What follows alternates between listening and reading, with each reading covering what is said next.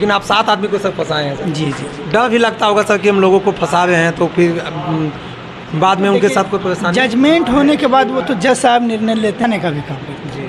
तो अभी तक ले आपने सर कितने आदमी को फंसाया है? हैं। अभी तक लगभग 7 आदमी को फंसाया है। किस केस में आप उसको फंसाए हैं? आपके साथ ईमानदारी से काम जी होता है? जी, ईमानदारी। अच्छा, ऐसा तो नहीं होता है सर, कुछ आदमी बोलते हैं कि पैसा पे जो है वकील साहब जो है किसी को सजा दिला देते हैं, इसमें क्या सच्चाई नहीं नहीं, है? ऐसी बात नहीं होती है। वो अपना जवान रखते हैं, स्टेटमेंट रखते हैं अपना, उसके बाद ही जज साहब निर्णय लेते हैं। पैसे पे किसी का मामला को अगर आप देखते हैं सर तो ये लगता है कि अगर हम इसको फंसा रहे हैं, इसके विपक्ष में बोल रहे हैं, तो बाद में भी आपके साथ कोई परेशानी वगैरह भी तो हो सकता है। परेशानियों के बारे में हम लोग सोचते नहीं हैं, सीधे जानते हैं कि हम लोग निष्पक्ष भाव से काम करते हैं। बहुत अच्छा लगता है। कभी सोचे थे सर कि बड़े बड़े लोग हमको प्रणाम करेंगे, वकील साहब बोलेंगे, ये कभी बचपन में कोई सपना था क्या? बचपन से सपना तो एक ही है कि जज बनना है हमको।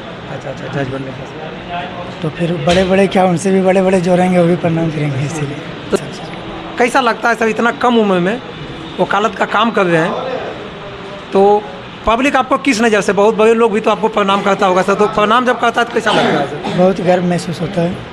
जैसे प्रशासन वगैरह हो गया, थाना प्रभारी वगैरह सभी आते हैं तो प्रणाम सर करते हैं। अच्छा, आनंद में हम लगभग 250 से ऊपर केस देख रहे हैं, जिसमें कि आपका शराब वाला हो गया, दारू उरू जो पी के पकड़ाता है या फिर बेचने वाला काम में, और आपका 307 वगैरह का हाफ मर्डर वगैरह, फिर आपका नूनगढ़ सब का लगभग केसेस डील करते हैं। तो अभी हरियाणा का केसेस है जो कि सबसे ज़्यादा आउट ऑफ बिहार है। अच्छा अच्छा। हरियाणा का केसेस हो गया, मुंगेर का हो गया जो कि 302 का है केस, मुंगेर वाले अभिमन्यु कुमार नाम है उसका, मुदाले का। तो मुंगेर का फिर लखीसराय में कैसे आया सर? उसका मतलब कि मर्डर जो हुआ थी उसमें लखीसराय में कौन सा धनेश्वर साहब वगैरह कुछ थे जो कि आपका ज़मीन का डीलर वगैरह थे, खरीद बिक्री करने का, और आपका जम्मू मोड़ पे उनकी मृत्यु हुई थी। उस केस में उसको फंसाया गया था और वो मुंगेर निवासी है। अच्छा, जिसमें जो फंसाया जाता है उसमें आप रिहाई वाला करवाते? क्या सज़ा मतलब अभी तक मेरे से नहीं हुई है। जैसे अगर कोई भी होता कि कोई किसी को जान मार दिया है तो उनको सज़ा दिलाना है, तो वो भी आप करवाते हैं कि सिर्फ रिहाई करवाते? ना दोनों होता है। अब जो मेरे पास पहले आ जाएगा, अगर मान लिया जाए इन्फॉर्मेंट आया है तो उनका केसेस डील करता हूँ, और अगर एक्यूज आया तो उनका केसेस डील करता हूँ। सजा बचने का भी काम करते हैं और फंसाने का भी काम करते हैं। तो अभी तक ले आपने सर कितने आदमी को फंसाया है? अभी तक लगभग 7 आदमी को फंसाया है। किस केस में आप उसको फंसाए हैं? उसको 376 में फंसाया, रेप केसेस में, और आपका 354 बी में, ये सब में सज़ा करवाया है। उनको सजा दिला दी जी, है? 3 साल की सज़ा सर।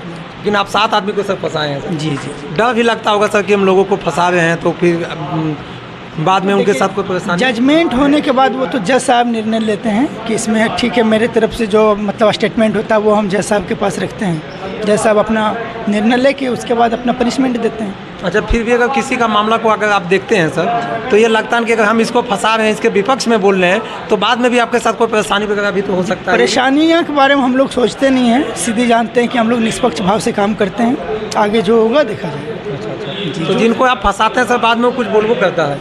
नहीं, मेरे को क्यों बोलेगा? वो बोलेगा जब भी तो जज साहब को बोलेंगे, क्योंकि मैं तो अपना काम कर रहा हूँ, उनका भी लॉयर है, वो भी अपना काम कर रहे हैं। जिसकी मतलब बात सही लगता है जज साहब को, वो अपना उसके अनुसार निर्णय लेते हैं।